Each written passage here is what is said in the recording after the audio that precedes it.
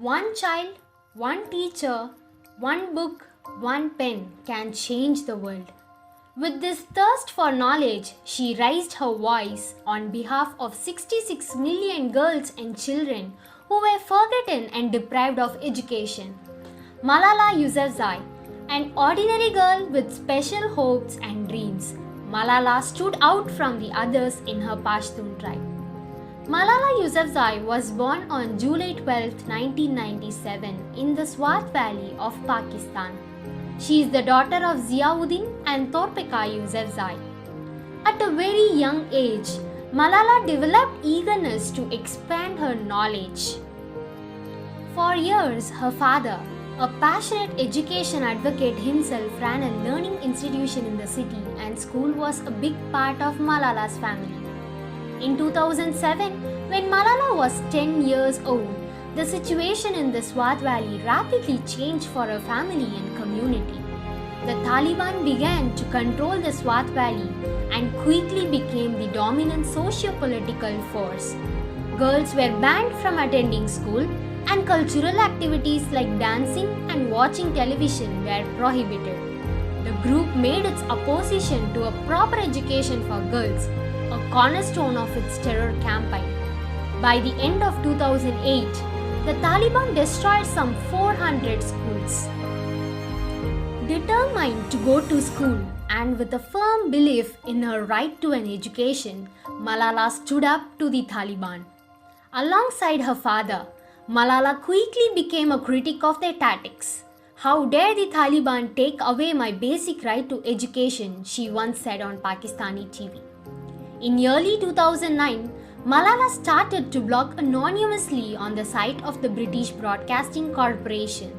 She wrote about life in the Swat Valley under Taliban rule and about her desire to go to school. Using the name Gulmakai, she described being forced to stay at home, and she questioned the motives of the Taliban.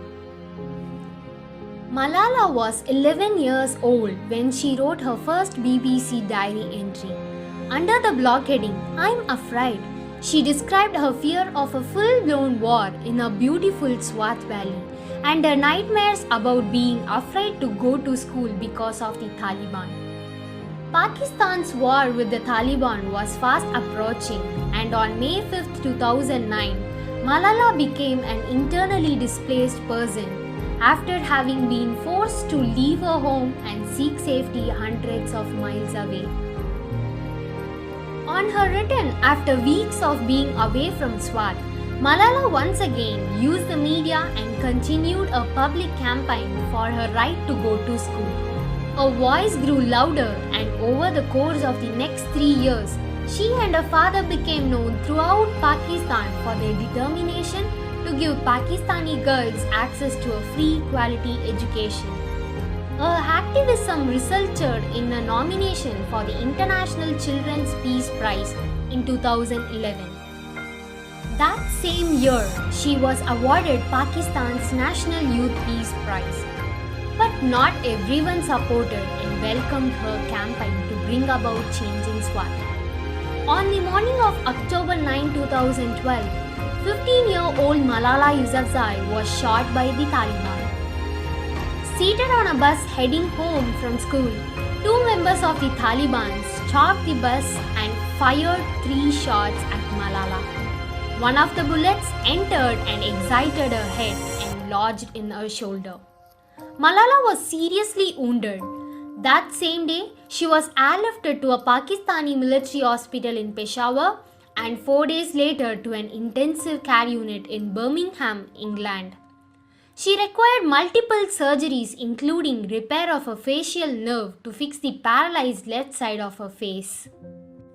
In March 2013, after weeks of treatment and therapy, Malala was able to begin attending school in Birmingham. After the shooting, an incredible recovery and return to school resulted in a global outpouring of support for Malala. On July 12, 2013, her 16th birthday, Malala visited New York and spoke at the United Nations, and this day is celebrated as Malala Day. Later that year, she published her first book, an autobiography entitled I Am Malala, the girl who stood up for education and was shot by the Taliban. On October 10, 2013, in acknowledgement of her work, the European Parliament awarded Malala the prestigious Sakharov Prize for Freedom of Thought. In October 2014, Malala, along with Indian children's rights activist Kailash Satyarthi, was named a Nobel Peace Prize winner. At age 17, she became the youngest person to receive this prize. Accepting the award, Malala reaffirmed that this award is not just for me. It is for those forgotten children who want education. It is for those frightened children who want peace. It is for those voiceless children who want change. Today, the Malala Fund has become an organization that, through education, empowers girls to achieve their potential and become confident and strong leaders in their own countries. Her story is one of inspiration, courage, and perseverance. Yousafzai believed in her cause and did whatever she could to get her message out there. Malala Yousafzai's story proves that anyone and everyone has the power to fight for change and inclusive freedom for people all over the world.